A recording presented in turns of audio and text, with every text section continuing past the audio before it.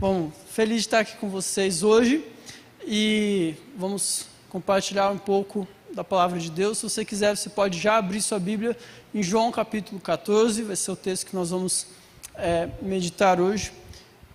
Enquanto você abre sua Bíblia, eu vou falar algum assunto como a gente sempre faz. Esses dias eu estava pensando a respeito de como as séries que a gente assiste na TV, elas foram mudando ao longo dos anos. Eu não sei se eu já comentei aqui, já falei sobre isso, mas eu sou do tempo onde a gente tinha duas formas de assistir série basicamente. Era muito inacessível. Ou a gente baixava os episódios via torrent, o que não era muito legal, na verdade é ilegal, né? Ou a gente usava um outro método também ilegal, que era assistir o episódio online. Mas isso lá para os anos 2008, 9, 10 mais ou menos, eu lembro que tinha uns sites que você podia acessar para assistir esses seriados online, só que era o seguinte, você tinha um tempo limite que você podia assistir de um episódio, de uma série, sem parar. O site ele tinha meio que um limitador assim, e eram 72 minutos. Você poderia assistir 72 minutos seguidos, daí 1h12, né?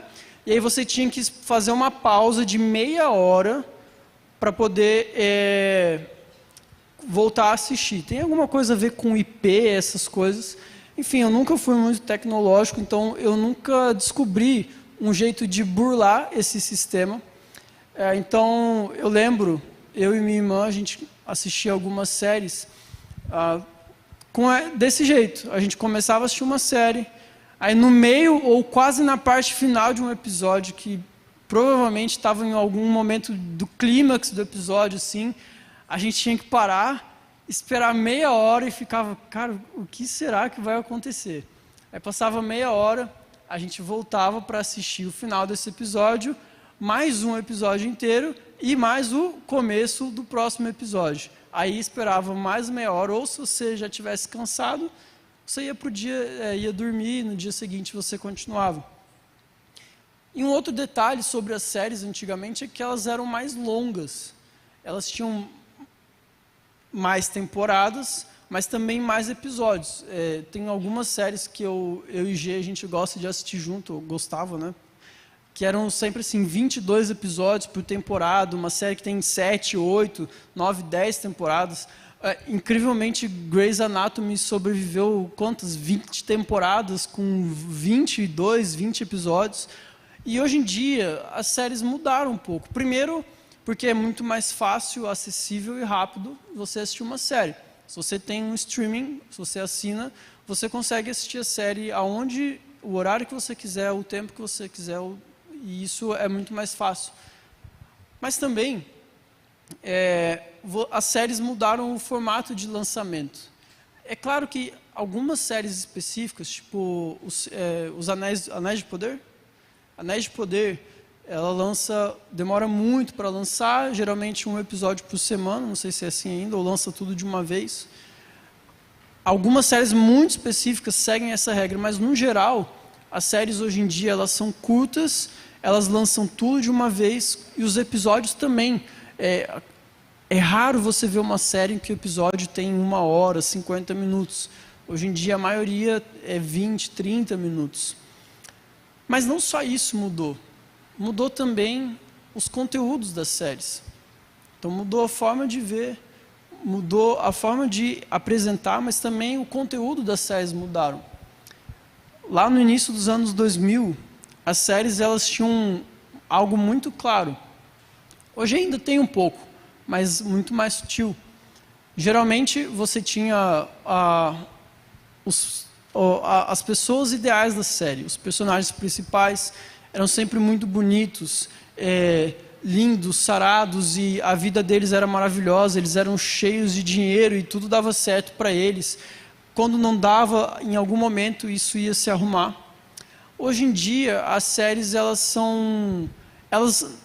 prezam muito menos por estereótipos e elas buscam atender as mais diversas formas e tipos de pessoas.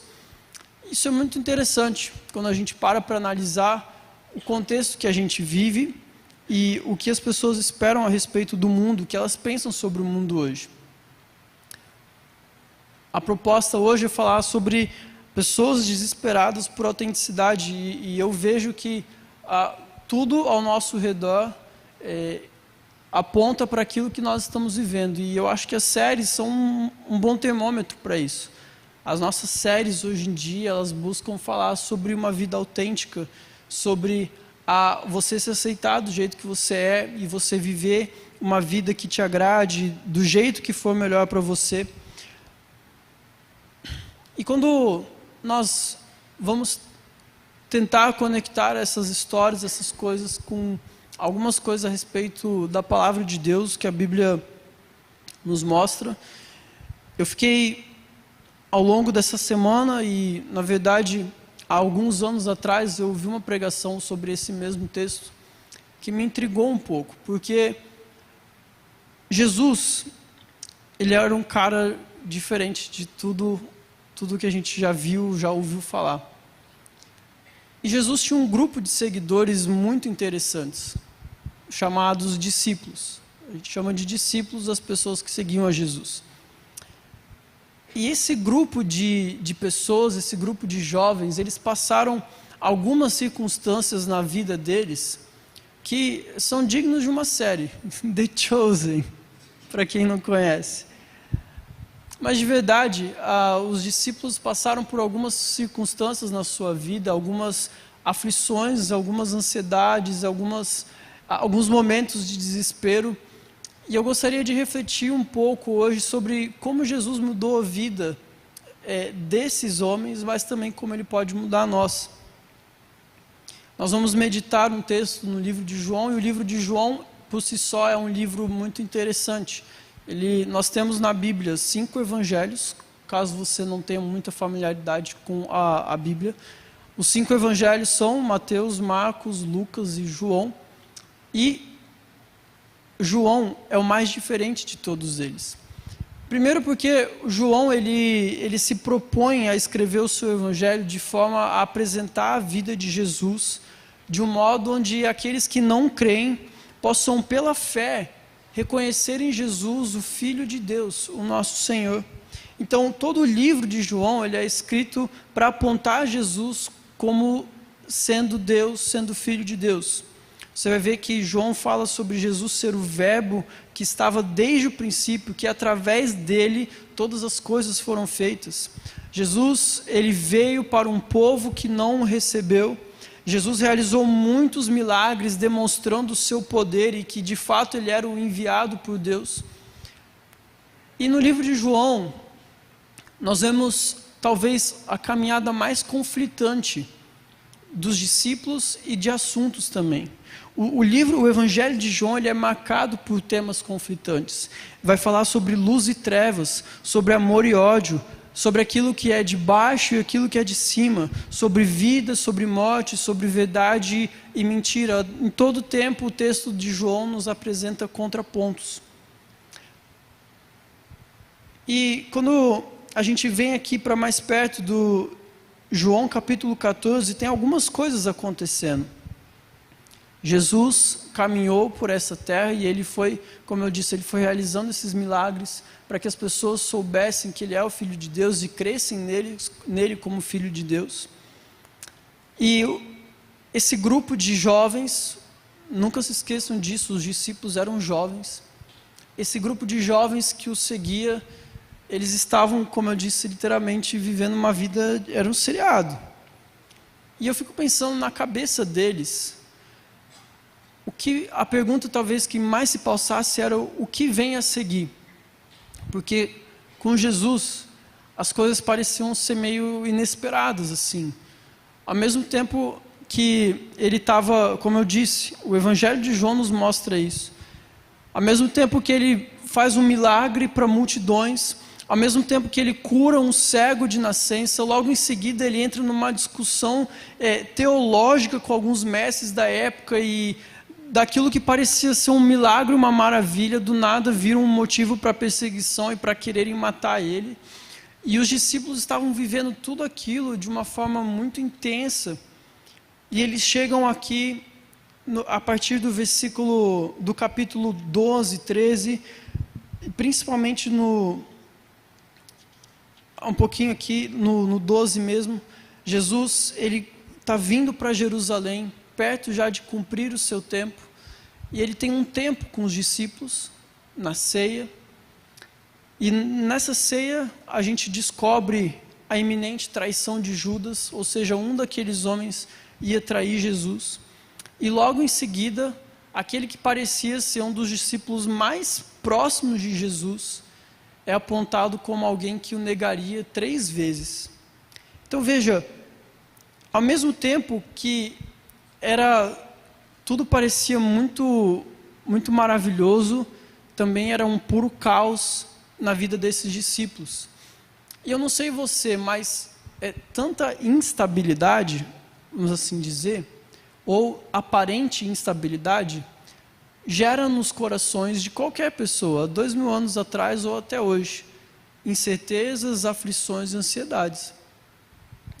Eu não sei você, mas eu imagino que qualquer pessoa que seja levada a um certo nível de insegurança ou instabilidade vai se sentir desconfortável em algum momento. Vai se sentir ansiosa, vai se sentir aflita, e isso vai acabar mexendo com quem ela é. Só que nesse ponto aqui, a respeito desses homens que seguiam Jesus, mais do que apenas passar por aflições ou passar por ansiedades, existia algo em jogo, que era a crença de quem Jesus era ou não. Mais do que saber qual era o próximo episódio, o próximo capítulo dessa vida doida com Jesus, a incerteza no coração deles era: esse homem é de fato quem ele diz que é? As promessas que ele tem feito para nós ao longo dessa caminhada, elas são verdadeiras? Aquilo que ele faz, a gente pode confiar nisso ou não?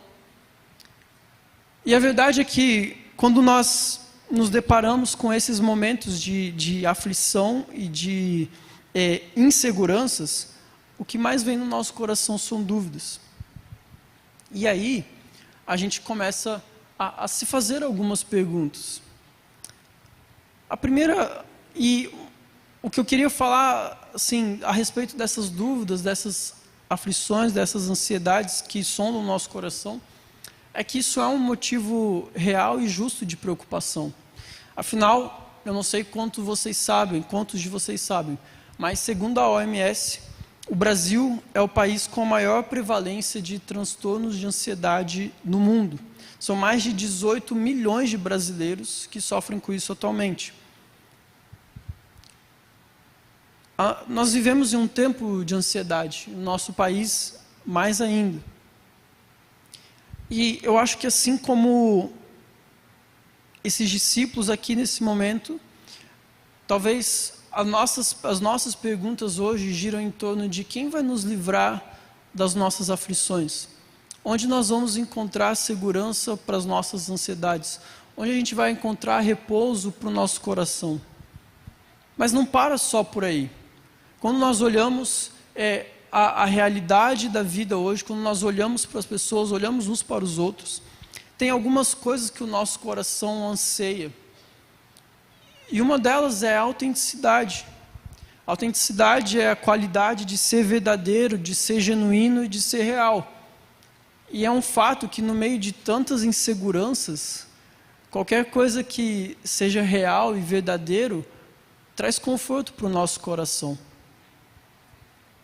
E a gente fala, agora voltando ao assunto das séries, nós olhamos para o que é nos apresentado hoje em dia, e a gente vê tanta gente falando sobre uma busca por autenticidade, por você ser quem você é, e quando na verdade a gente passa horas e horas assistindo a vida dos outros e desejando ter essa vida para nós. Nós criamos histórias, criamos sistemas que tentam nos ajudar a superar nossos medos, nossas inseguranças, e nós também nos definimos a partir da nossa relação com os outros. É tanta coisa misturada, é tanta confusão na nossa mente, no nosso tempo, que as coisas vão só piorando. Nessa confusa busca por algo real, por algo que nos sustente de fato, por algo que seja digno de segurança e que acalme o nosso coração, a gente vai se perdendo ao longo do caminho. Nós estamos andando, na verdade, em um caminho raso, superficial de quem nós somos e das nossas relações. Onde, na verdade, é mais fácil tudo ser verdade do que uma coisa só ser verdade. E a gente começa a ficar perdido, procuramos a quem culpar, por não entender quem nós somos, por não conseguir aliviar essa angústia, essa ansiedade no nosso coração. E procurando uma resposta de quem culpar, foi assim que surgiram as grandes questões da humanidade com relação ao divino. O que faz mais sentido? Um mundo com Deus ou um mundo sem Deus? Afinal, como pode um mundo com Deus nos gerar tanta preocupação, nos gerar tanta falsidade, tanta hipocrisia, tanta maldade, tanta destruição? O que faz mais sentido para nós? E aí, é muito mais fácil colocar a culpa em Deus do que assumir a responsabilidade para nós, porque afinal, para todos os problemas humanos, a gente sempre encontra uma culpa divina. É muito mais fácil, porque o problema nunca tem a ver com quem nós somos, sempre tem a ver com o que está além de nós mesmos. O problema nunca sou eu, o problema é você. Sem você na minha vida, eu sou uma pessoa perfeita. As minhas inseguranças, os meus medos só acontecem por culpa de uma outra pessoa, nunca tem a ver só com quem eu sou. E a gente começa a viver essa vida tentando justificar, tentando entender o que está acontecendo com as pessoas, com a gente. E como eu falei, é muito mais fácil a gente aceitar qualquer coisa ou não aceitar nada ao mesmo tempo, porque essas dúvidas, essas inseguranças vão machucando o nosso coração, vão apertando o nosso coração, a ponto de que qualquer saída serve. Qualquer saída serve. E a verdade é que todos nós temos um mesmo problema. É difícil para nós aceitarmos um mundo onde nós não somos o centro. Essa é a maior confusão no coração do homem. Porque um mundo onde eu não sou o senhor de mim mesmo, aparentemente é um mundo desgovernado. Porque toda vez que a minha relação ultrapassa quem eu sou e ela atinge o meu próximo, eu já não tenho mais o controle total. E são nesses momentos que a gente vai se perdendo e as ansiedades, as inseguranças, elas vão surgindo. Eu sei que pode estar parecendo um pouco confuso tudo que eu estou falando. E eu nem li o texto bíblico ainda, eu acabei de lembrar disso. Mas eu sei que para algumas pessoas aqui isso está fazendo sentido. E quando nós olhamos para esse tempo que nós vivemos, eu consigo identificar 3 crises. Daí agora eu acho que vai ficar mais prático. Então, se você quiser anotar, 3 crises que nós vivemos no nosso tempo, nesse desespero por autenticidade. A primeira crise é a crise da confiança. Eu já falei um pouco sobre ela. Mas se tudo é relativo, então nada é digno de confiança. Se tudo é verdade, nada é verdade. E aí a gente entra numa relatividade das verdades, eu tenho a minha, você tem a sua e está tudo bem. Mas nesse ritmo, não haverá mais mundo, senão o mundo que cada um criou para si mesmo na sua cabeça. E nesse mundo, já não há regras, já não há respeito, há apenas vontades. E a minha é a que importa. E assim a gente já não sabe mais quem nós somos ou em quem nós podemos confiar. Agora, sabe o que é interessante? Os discípulos, naquele tempo em que eles estavam vivendo, eles tinham essa mesma crise de confiança. Se você sabe um pouco da história da Bíblia, se você sabe um pouco daquilo que estava acontecendo naquela época, você sabe que o povo judeu, ali onde Jesus se encontra, onde Jesus viveu a sua vida e o seu ministério. Eles eram um povo que tinha passado por muita coisa. E nesse exato momento, eles estavam sobre o comando, vamos assim dizer, sobre o domínio do Império Romano. E os romanos não eram confiáveis. Os romanos tinham outros deuses, os romanos os oprimiam, os romanos os exploravam, fingiam que estavam ali de uma forma a colonizar eles de uma forma pacífica, mas era uma forma opressora. Eles não podiam confiar em Roma, eles não tinham em quem confiar.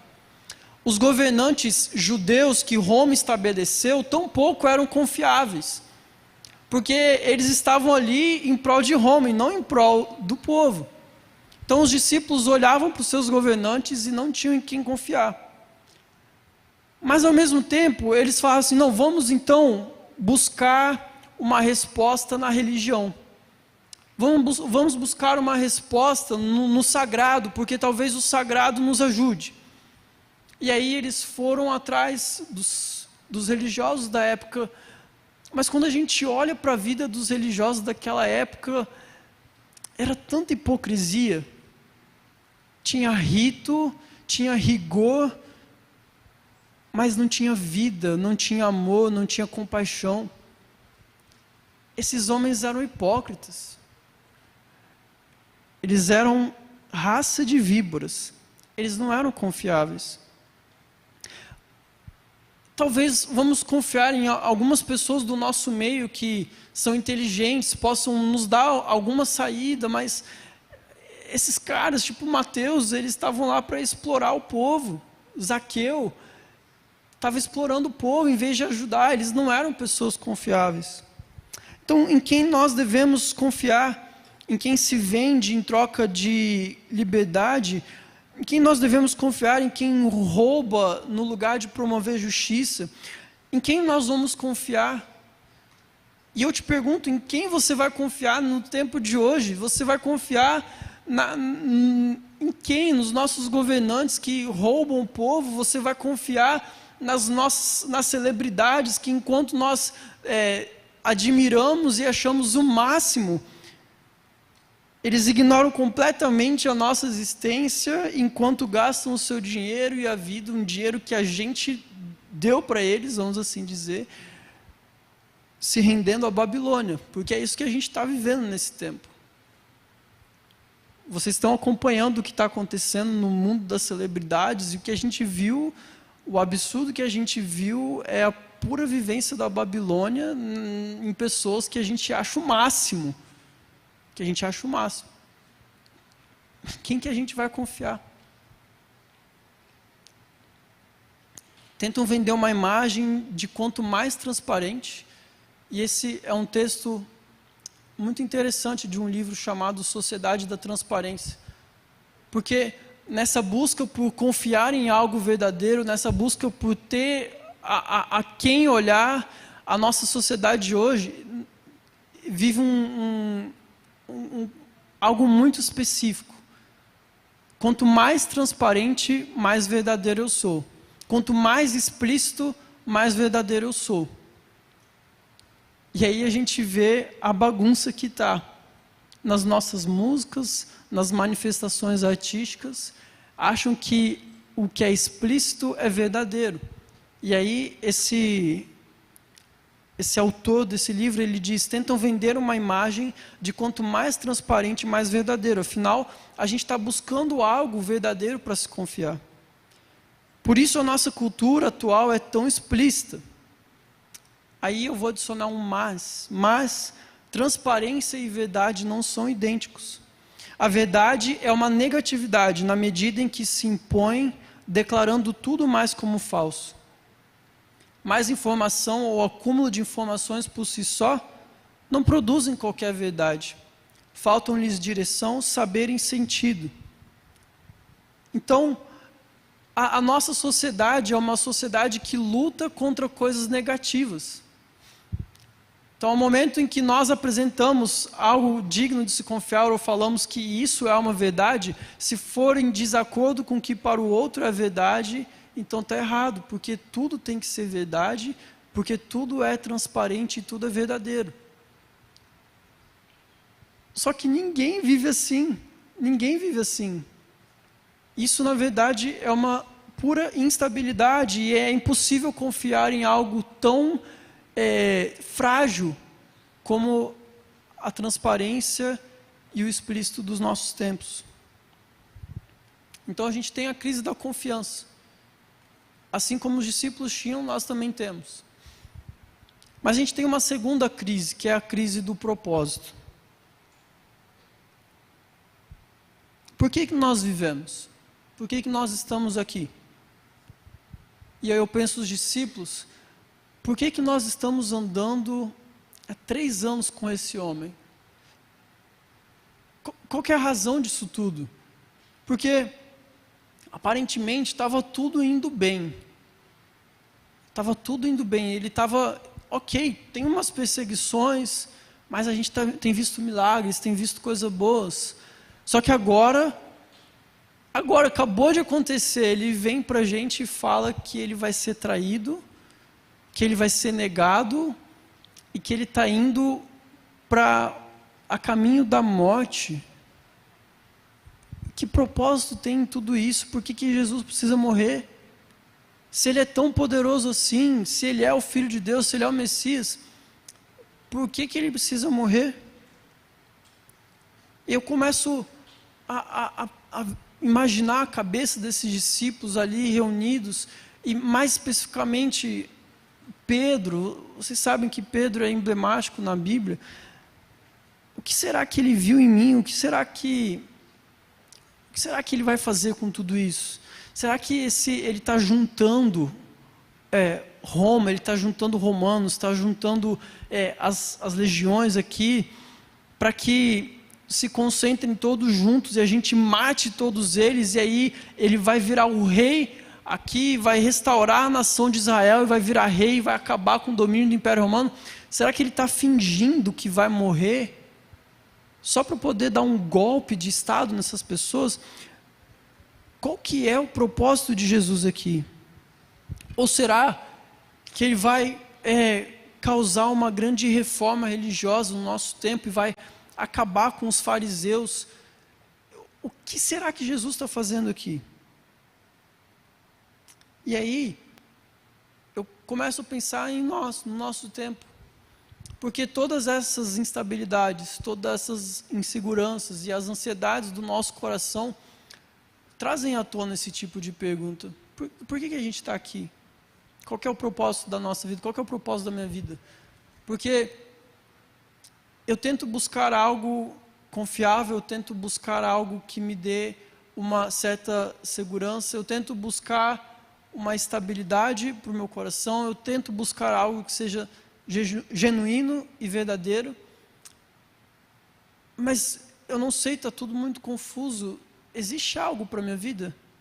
Existe algo além para mim? Nós estamos todos atrás de pavimentar um caminho. E essa crise do propósito, ela nos leva a uma terceira e última crise, que é a crise da identidade. Erwin McManus, ele vai dizer que uma grande parte do que chamam de religião não é uma busca por Deus, mas sim uma busca por nós mesmos.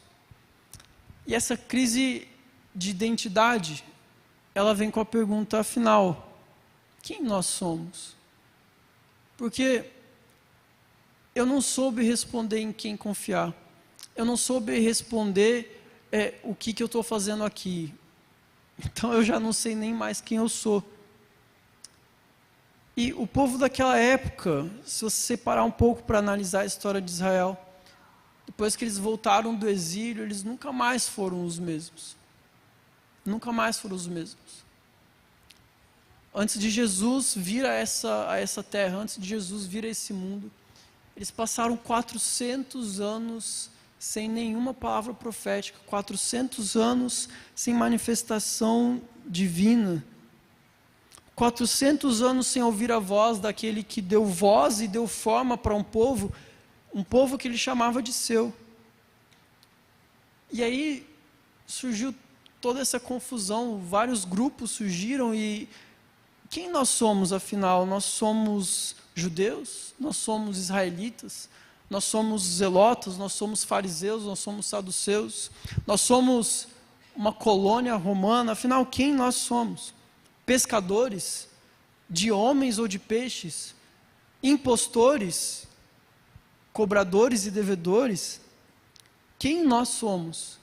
Os discípulos se perguntavam. Mas também a pergunta do nosso tempo. Quem você é? Quem nós somos? Nesse mundo hipermoderno, o que define a sua identidade? O que os outros falam? O que parece ser legal? Ou os seus traumas definem quem você é? Ou o que você vê no espelho é a imagem que você vê de si mesmo? Afinal, como a gente resolve essa crise? Porque, de fato, todos nós estamos tentando encontrar quem nós somos. E com isso nós projetamos deuses, criamos religiões, criamos ideias, ismos, criamos metodologias, tudo para tentar fazer sentido, algum sentido, à existência que a gente tem aqui. E agora eu vou ler o texto. Estava na hora, né? João 14. Jesus diz assim, versículo 1, não se perturbe o coração de vocês. Creiam em Deus, creiam também em mim. Na casa de meu pai há muitos aposentos. Se não fosse assim, eu teria dito a vocês, vou preparar lugar para vocês. E quando eu for e preparar lugar, eu voltarei e os levarei para mim, para que vocês estejam onde eu estiver. Vocês conhecem o caminho para onde eu vou. Disse-lhe Tomé, Senhor, não sabemos para onde vais. Como então podemos saber o caminho? Respondeu Jesus, eu sou o caminho, a verdade e a vida. Ninguém vem ao Pai, a não ser por mim. Se vocês realmente me conhecessem, conheceriam também o meu Pai. Já agora vocês o conhecem e o têm visto. Tem uma frase que diz que toda religião te dá um caminho para chegar em um objetivo último, um fim. As religiões, elas nos dão um direcionamento do que devemos fazer para chamar a atenção de Deus. E você pode olhar as religiões aí fora. Todas elas seguem esse padrão. Faça isso, isso, isso e você vai atingir o nirvana. Faça isso, isso, isso e você vai ter o perdão dos seus pecados. Faça isso, isso, isso, daí talvez você passe pelo purgatório, mas você vai para o céu. E eis a grande diferença de Jesus. Ele veio para nos mostrar o caminho que Deus fez até nós. E é aqui que começa a loucura do Evangelho, porque, como eu falei lá no começo, a gente olha para o nosso mundo, a gente olha para a nossa vida, e é muito mais fácil a gente colocar a culpa em Deus. Porque é culpa de Deus. Se existe um Deus, então a culpa do mundo ser assim é dele, e não nós. Eu não pedi para nascer. A culpa é dele, a culpa não é nossa. Mas nós precisamos nos lembrar que nós somos os quebrados, nós somos o problema. Deus não precisa de nós. E ainda assim, foi Ele que fez um caminho. E aqui, eu quero apresentar algumas soluções para as nossas 3 crises. A crise da confiança, a crise do propósito e a crise da identidade. A primeira crise que nós vamos tentar apresentar uma solução é a crise do propósito. O texto diz assim, vocês leram comigo, quando eu for e preparar lugar, voltarei e os levarei para mim, para que vocês estejam onde eu estiver, vocês conhecem o caminho para onde eu vou. Disse-lhe Tomé, Senhor, não sabemos para onde vais. Como então podemos saber o caminho? E respondeu Jesus, eu sou o caminho. Quando Jesus se apresenta para esses discípulos como o caminho, Ele mostra para esses discípulos que há um propósito na vida deles e há um propósito em tudo que Ele está fazendo. eu guiarei vocês para um futuro, e esse futuro é estar com o Pai. Caminho, a palavra usada aqui é estrada, jornada, mas também é um procedimento, um curso de vida. Jesus, ele é o caminho. Ele é o caminho para o céu. Ele é o caminho para a paz com Deus. Ele é o caminho pelo qual nós devemos nos achegar a Deus. E através do sacrifício que ele fez na cruz, Jesus deu a nós todos um propósito de vida. Ele nos salvou, ele nos perdoou e apontou para nós um caminho em direção a Deus. Aqueles discípulos que estavam perdidos talvez naquele momento, porque o texto diz que havia perturbação no coração deles. Havia aflição, havia insegurança, havia dúvidas. E aqui, esse versículo deixa bem claro que Jesus Cristo é um caminho. Não é um caminho, é o caminho. É o propósito da vida deles. Ele é o único caminho e ninguém vai ao Pai a não ser por Ele.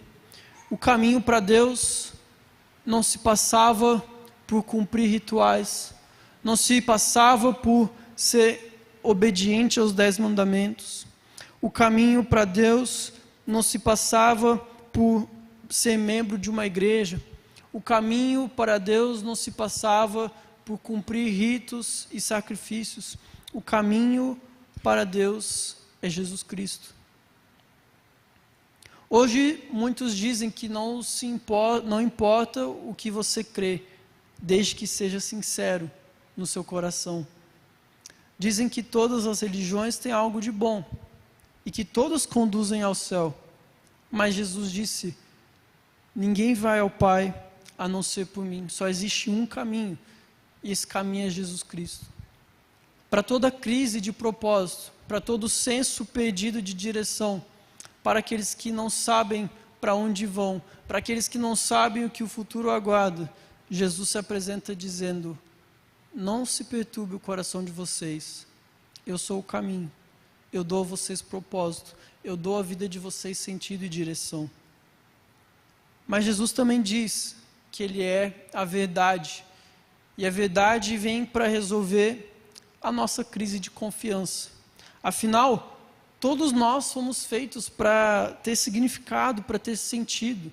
E a verdade não apenas é algo que está de acordo com a realidade, mas também é algo que é completo, perfeito, totalmente digno de confiança. Em contraste com coisas que começam e acabam e ficam incompletas, Jesus se apresenta como a verdade, como algo completo, perfeito, em que nós podemos confiar. Veja o que diz o versículo 2: se não fosse assim, eu teria dito a vocês. E muitas vezes essa frase, ela passa despercebida, porque Jesus está falando a respeito das moradas celestiais, mas o que Jesus está dizendo para esses discípulos era: vocês podem confiar em mim, porque se não fosse assim, eu diria a vocês. Se eu não precisasse passar por tudo isso, eu diria a vocês. Se não houvesse algo melhor e maior esperando por vocês na eternidade, eu não teria dito isso para vocês. Ou no caso, eu teria dito. Jesus se apresenta como alguém totalmente digno de confiança para resolver as nossas crises, porque afinal, quando alguém nos diz algo e essa pessoa, e descobrimos que não é verdade, não é só o que a pessoa disse que nos causa desconfiança, mas a própria pessoa. Mas Jesus está dizendo: olha, vocês podem crer no que eu falo, e vocês podem crer em mim, porque eu sou digno de confiança, e as coisas que eu falo para vocês são verdadeiras e dignas de confiança. Jesus se apresentou a esses discípulos como alguém totalmente confiável, porque eles não tinham mais ninguém em quem confiar. Eles não podiam confiar nos governantes deles. Eles não podiam confiar nos religiosos, eles não podiam confiar nos mestres da lei. Eles não podiam confiar em algumas pessoas das famílias ou amigos deles que não criam na mensagem. Eles não tinham em quem confiar, e numa situação de aflição, de coração perturbado, não é só quem está, é o nosso pequeno grupo aqui, dos 12. Ali dentro tinha gente que não dava para confiar, tinha um que ia trair, tinha outro que ia negar. Mas Jesus está dizendo, em mim vocês podem confiar, porque eu sou totalmente verdadeiro. Na verdade, eu sou a verdade. Em João, no capítulo 1, a gente vê a Bíblia falando que Jesus veio revelar a graça e verdade. Não é algo da boca para fora, é verdade de realidade, sinceridade, na moral, na franqueza, sem falsidade, sem fingimento. Jesus era alguém íntegro, 100% confiável. E é tão lindo isso. Saber que nós temos alguém em quem nós podemos confiar. Alguém que não falha, alguém que não erra, alguém que não muda. É o mesmo ontem, hoje e sempre. E Jesus estava se apresentando para esses discípulos, confie em mim. Se há no seu coração alguma crise em relação à confiança, comigo ela acaba. Porque não importa o que acontecer, eu estou dizendo para vocês, eu estou preparando um caminho, e a palavra que eu digo é digna de confiança. Confie em mim, creio em Deus, creio em mim, porque eu sou a verdade. E também temos uma possível resolução para a terceira crise, a crise da identidade. Jesus, ele diz que ele é o caminho, a verdade e a vida. As pessoas, no geral, elas não estão procurando Deus. No geral, todo mundo está procurando vida. Ou algo que faça sentido para a sua existência. Eu não sei, talvez, como você chegou na igreja, eu não sei como foi a sua experiência de conversão, eu não sei como foi, como você se chegou a Cristo, se é que você já fez isso. Mas a verdade é que a nossa jornada espiritual, nossa caminhada espiritual, não é simplesmente em busca de um ser superior a quem nós queremos obedecer. Nós buscamos algo que dê sentido para a nossa vida. Nós buscamos, na verdade, nos sentir cheio de vida.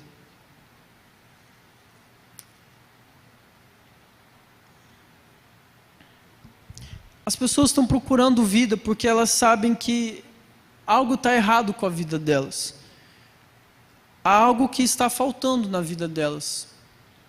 E, geralmente, quando você ouve o testemunho de alguém que não era cristão e recebeu a Cristo, é muito comum a gente ouvir as pessoas falando, eu sentia um vazio.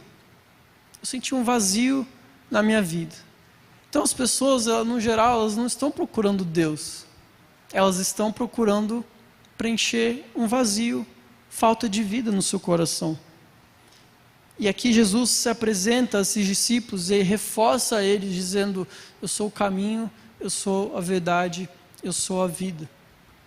Se vocês não sabem quem vocês são, se na sua identidade está faltando algo, se na sua caminhada você sente um vazio, se você sabe que no seu coração há desejos que nada nesse mundo conseguiu suprir, e você está desesperadamente atrás de alguma dessas coisas, e você foi buscar isso na religião, você foi buscar isso em festas, você foi buscar isso em amizades, você foi buscar isso num relacionamento amoroso, você está tentando de todas as formas preencher algo no seu coração. Discípulos, vocês estão aí tentando entender quem vocês são, se vocês são de fato pescadores, se vocês são meros aprendizes de um mestre, se vocês são revolucionários, o que vocês são. Eu sei que há um anseio na vida de vocês, dentro de vocês, de entender quem vocês são. E aí Jesus se apresenta, eu sou a vida. E sabe, existência é diferente de vida. Tem muita gente que existe, mas nem todo mundo vive. Porque para a existência ter sentido, ela precisa de vida. Cristo Jesus, Ele é a vida.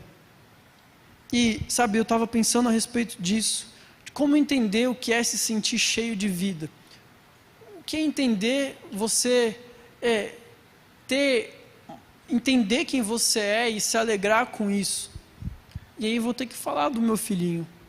Porque o Lucas, quando ele acorda de manhã, ele faz uma festa.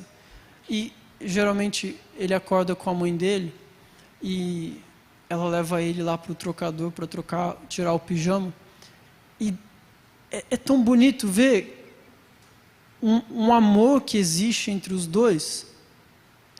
E o jeito que ele reage quando ela sorri, e o jeito que ela sorri quando ele reage, sabe, tem coisa que não dá para explicar, mas se eu falar para vocês que é cheio de vida ali, vocês entendem o que eu estou dizendo. Sabe, quando você vê uma pessoa que te faz, cara, como é bom ficar perto dessa pessoa. Sabe, quando você vê o brilho nos olhos de alguém, isso cativa você de alguma forma a querer algo mais. E olha que interessante, no capítulo seguinte, no versículo 15, Jesus fala que o maior amor possível é dar a vida a quem não tem. E é exatamente isso que ele está propondo aos seus discípulos. Eu quero dar vida para vocês, eu amo vocês, eu quero dar vida para vocês. E não existe nenhuma forma de se sentir mais cheio de vida do que se sentir totalmente amado. E quando Jesus veio para nos dar vida, Ele veio para nos amar. E é assim que nós recebemos a vida, através do amor. Você você consegue se lembrar o momento que você se sentiu mais cheio de vida? E talvez possa ter sido uma experiência de quase morte, né? Que daí quando você viu que estava vivo, você falou, ufa, eu estou vivo. Mas geralmente, os momentos em que nós nos sentimos mais cheios de vida, são os momentos onde nós nos sentimos plenamente amados. E quando Jesus, Ele quis revelar o que é o amor, Ele falou, eu vou dar a minha vida por vocês. E vocês vão se sentir totalmente amados. E vão receber uma vida nova. Essas 3 crises, elas todas são resolvidas em uma pessoa, em Jesus, que é o caminho, a verdade e a vida. E às vezes parece algo tão exclusivo, né? Jesus fala, eu sou o caminho, a verdade e a vida, e ninguém vem ao Pai a não ser por mim. Mas a verdade, meus amigos, é que o que Jesus está dizendo para esses discípulos, e está dizendo para nós essa noite, é que ninguém vem ao Pai a não ser por mim, é verdade. E o que isso significa? É que mais ninguém vai fazer por você o que Ele fez. Ninguém. Ninguém está vindo aqui por você. Ninguém vai dar a vida por você. Talvez, em uma circunstância remota, extrema, seus pais. Talvez, se bem que nos relacionamentos de hoje, talvez seu marido, sua esposa. Talvez, muito talvez, um amigo muito próximo. Mas como eu falei, na verdade, todo mundo está buscando ser o centro de si mesmo. E quando Jesus fala, ninguém vem ao Pai a não ser por mim, ninguém mais foi capaz de apresentar ou de fazer esse caminho. Ninguém mais foi capaz ou é capaz de fazer por vocês aquilo que eu fiz. Perdoar sem esperar perdão. Amar sem esperar ser amado de volta. Dar sua vida por aqueles que sabiam que o negariam, o trairiam, o zombariam, cuspiriam nele, bateriam nele. Dar a vida pelos seus pais que te amam é fácil. Um pouco fácil. Agora, por alguém que te odeia, não. Por alguém que te despreza, por alguém que te invalida, por alguém que te traumatizou, não vale a pena. E aí a gente vê um mundo cheio de faça isso, faça isso, faça isso. E a gente passa uma vida inteira se esforçando, tentando escalar uma montanha para talvez lá no final dela a gente encontrar algo que nos satisfaça, algo que dê para nós um sentido, dê para nós uma verdade, nos torne de fato autênticos. E essa montanha parece que está diminuindo, parece que está cada vez mais fácil ser autêntico, é só eu viver do jeito que eu quiser, é só eu fazer o que eu quiser. Essa montanha parece que está cada vez mais baixa, mas a resposta não está lá. A resposta não está lá. E aí a gente se pergunta, então, por que Jesus? Por que Jesus fez isso? Por que Jesus nas nossas vidas? Por que Jesus para resolver as nossas crises? Por que Jesus no nosso coração? Porque Jesus é o porquê que a gente tanto procurou. E sabe, no meu coração, eu ainda tenho muitas perguntas não respondidas. Tenho dúvidas que talvez nunca passarão aqui nesse mundo. Mas, uma vez que eu encontrei Jesus, na verdade, uma vez que Jesus me encontrou, a minha vida nunca mais foi o mesmo. Eu tenho alguém que eu posso confiar. Eu tenho alguém que me mostrou que a minha vida tem um propósito e tem um destino final. Eu tenho alguém que me deu identidade, que entregou sua vida por mim, e falou, eu te amo e agora você é meu filho. Por fim, eu fechei a Bíblia, mas eu vou ler de novo. Os versículos 1 e 2. Não se perturbe o coração de vocês. Não se perturbe o coração de vocês. Creio em Deus, creio também em mim.